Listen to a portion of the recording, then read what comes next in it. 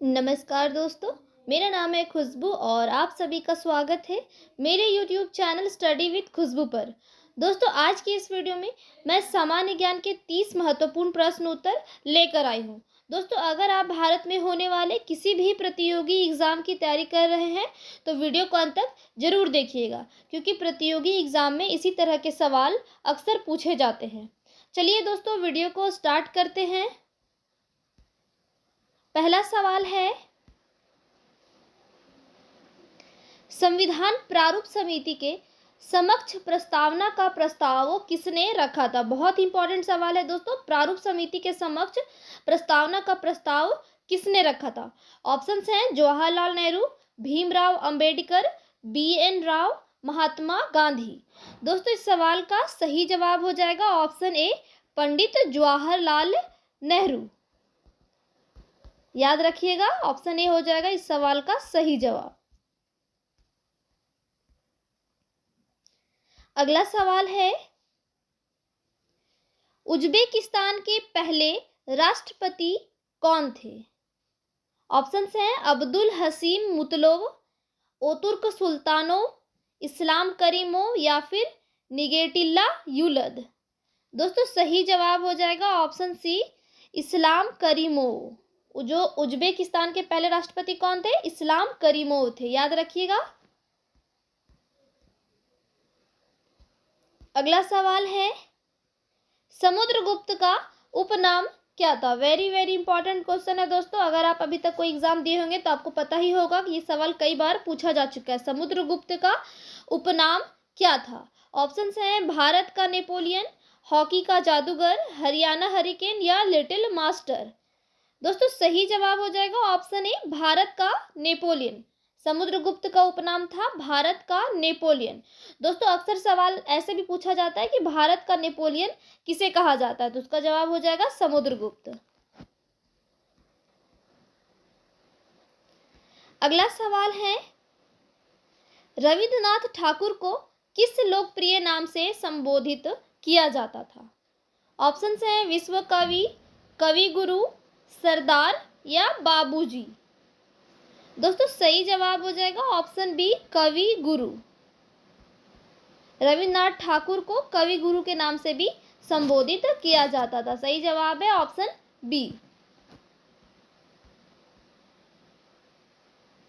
अगला सवाल है, भारतीय पुरातत्व पर्यवेक्षण का गठन किसने किया था? वेरी वेरी इंपॉर्टेंट क्वेश्चन है दोस्तों। ऑप्शंस हैं Alexander Cunningham, William Jones, James Burgess या फिर एन.पी. दोस्तों, सही जवाब हो जाएगा ऑप्शन ए, अलेक्जेंडर कनिंघम। भारतीय पुरातत्व पर्यवेक्षण का गठन है अलेक्जेंडर कनिंघम ने किया था।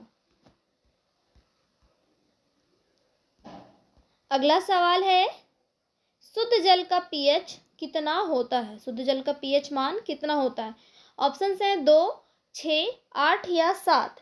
दोस्तों, सही जवाब हो जाएगा ऑप्शन डी, 7। शुद्ध जल का पीएच जो होता है वो 7 होता है। लेकिन दोस्तों, सवाल अगर पूछा जाए कि शुद्ध जल का प्रकृति कैसी होती है, तो शुद्ध जल की प्रकृति जो होती है वो उदासीन होती है। याद रखिएगा, पीएच मान होता है 7 और इसकी प्रकृति होती है उदासीन। अगला सवाल है दोस्तों, गुब्बारे में कौन सी गैस भरी जाती है? ऑप्शंस है हाइड्रोजन, नाइट्रोजन, हीलियम, नियॉन। सही जवाब हो जाएगा दोस्तों ऑप्शन सी, हीलियम। गुब्बारे में हीलियम गैस भरी जाती है। दोस्तों, हीलियम का प्रतीक चिन्ह क्या होता है? तो इसका प्रतीक चिन्ह होता है एच और ई, एच ई। हीलियम का प्रतीक चिन्ह एच ही होता है और गुब्बारे में हीलियम गैस भरी जाती है। अगला सवाल है, लोदी वंश का संस्थापक कौन था? ऑप्शन है बहलोल लोदी, सिकंदर लोदी, इब्राहिम लोदी, इनमें से कोई नहीं। दोस्तों, सही जवाब हो जाएगा ऑप्शन ए, बहलोल लोदी। लोदी वंश की स्थापना किसने की थी? बहलोल लोदी ने की थी। ऑप्शन ए सही जवाब है। अगला सवाल है दोस्तों, महमूद गजनी किस वंश का था? ऑप्शंस है यामिनी, तुगलक, गुलाम, इनमें से कोई नहीं। सही जवाब है दोस्तों यामिनी। महमूद गजनी यामिनी वंश का था।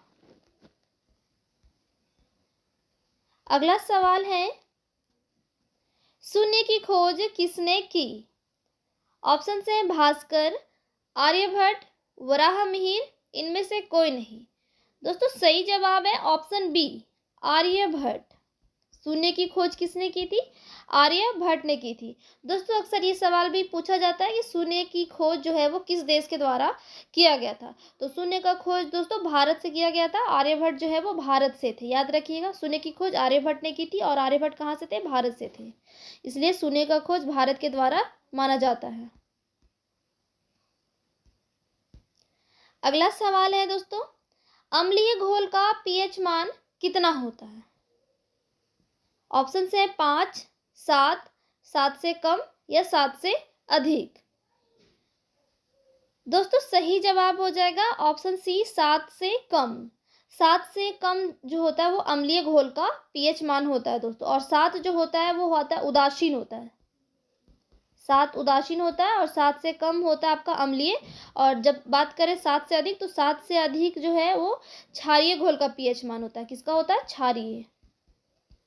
7 से कम अम्लीय, 7 से अधिक हो जाएगा आपका क्षारीय, और एग्जैक्ट 7 जो है वो हो जाएगा उसकी प्रकृति उदासीन।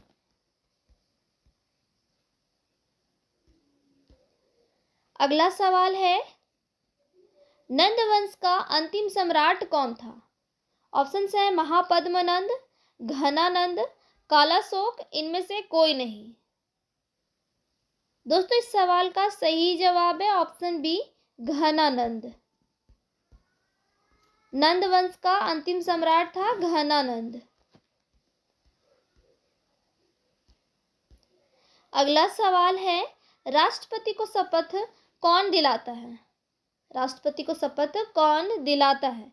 ऑप्शन है सर्वोच्च न्यायालय के मुख्य न्यायाधीश, प्रधानमंत्री, उपराष्ट्रपति या फिर लोकसभा अध्यक्ष। दोस्तों सही जवाब हो जाएगा ऑप्शन ए, सर्वोच्च न्यायालय के मुख्य न्यायाधीश। राष्ट्रपति को शपथ दिलाते हैं सर्वोच्च न्यायालय के मुख्य न्यायाधीश। इस सवाल का सही जवाब है ऑप्शन ए।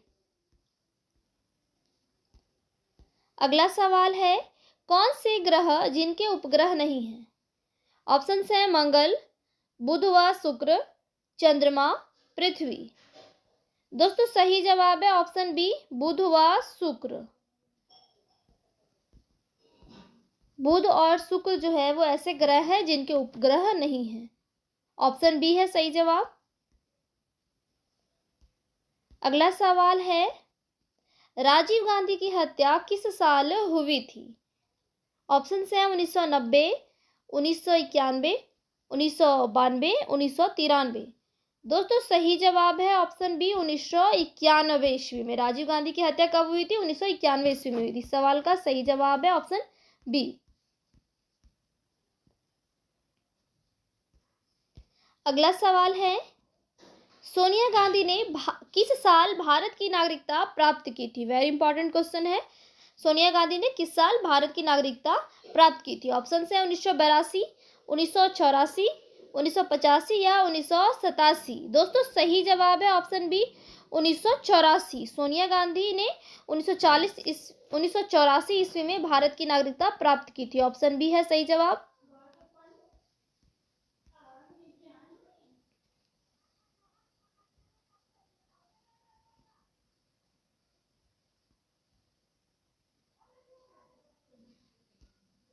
अगला सवाल है, किस व्यक्ति के प्रथम बार कार्यकारी प्रधानमंत्री के रूप में पदभार संभाला था? ऑप्शन है सरदार पटेल, गुलजारी लाल नंदा, टी.एन. पाई, कामराज। सही जवाब है ऑप्शन बी, गुलजारी लाल नंदा। सबसे पहले कार्यकारी प्रधानमंत्री के रूप में कार्यभार संभालने वाले व्यक्ति हैं गुलजारी लाल नंदा। अगला सवाल है, भारतीय संविधान में नीति निर्देशक तत्वों को कहां से लिया गया है? ऑप्शन है संयुक्त राष्ट्र अमेरिका के संविधान से, ब्रिटिश संविधान, आयरलैंड के संविधान या फिर ऑस्ट्रेलिया के संविधान? दोस्तों सही जवाब है ऑप्शन सी, आयरलैंड के संविधान। ऑप्शन सी हो जाएगा सवाल का सही जवाब। भारतीय संविधान में नीति निर्देशक तत्व आयरलैंड के संविधान से लिया गया है। दोस्तों बहुत ही महत्वपूर्ण सवाल है, ये सवाल अक्सर एग्जाम में पूछा जाता है। अगला सवाल है, संसद के दोनों सदनों की संयुक्त बैठक की अध्यक्षता कौन करता है? ऑप्शन है लोकसभा अध्यक्ष, राज्यसभा का सभापति, भारत का उपराष्ट्रपति या फिर भारत का राष्ट्रपति? दोस्तों सही जवाब है ऑप्शन डी, भारत का राष्ट्रपति। संसद के दोनों सदनों की संयुक्त बैठक की अध्यक्षता जो है वो भारत का राष्ट्रपति करता है।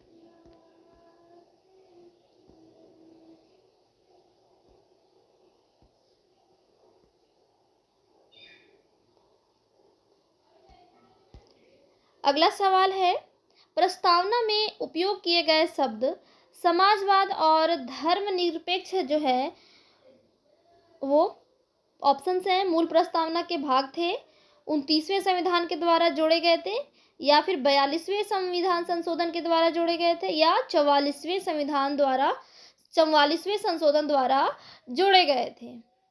दोस्तों इस सवाल का सही जवाब हो जाएगा ऑप्शन सी, 42वें संविधान संशोधन द्वारा जोड़े गए थे। प्रस्तावना में जो शब्द उपयोग किया गया है समाजवाद और धर्मनिरपेक्ष, ये शब्द जो है वो 42वें संविधान संशोधन के द्वारा जोड़े गए थे। याद रखिएगा, इंपॉर्टेंट है, अक्सर पूछा जाता है।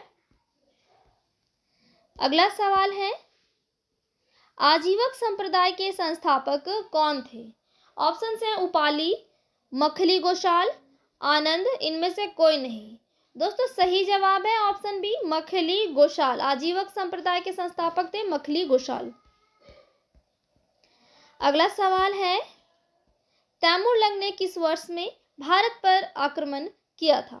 ऑप्शन है 1350 ईस्वी, 1600 ईस्वी, 1398 ईस्वी या फिर इनमें से कोई नहीं। दोस्तों तैमूर लंग ने भारत पर आक्रमण किया था 1398 ईस्वी में। कब किया था? 1398 ईस्वी में। सवाल का सही जवाब है ऑप्शन सी। अगला सवाल है, किम कैंपबेल का उपनाम क्या है? ऑप्शन है दोस्तों आंध्र केसरी, बिहार विभूति, एवरिल फादरे कैंपबेलल शेरे कश्मीर। दोस्तों किम कैंपबेल का उपनाम है एवरिल फादरे कैंपबेलल। सही जवाब है ऑप्शन सी।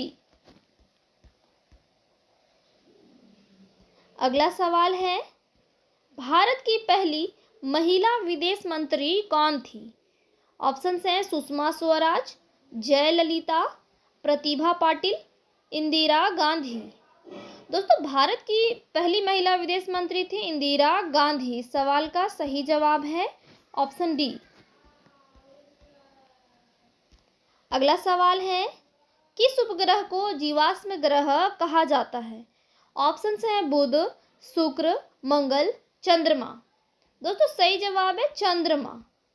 जीवाश्म ग्रह जो है वो चंद्रमा को कहा जाता है।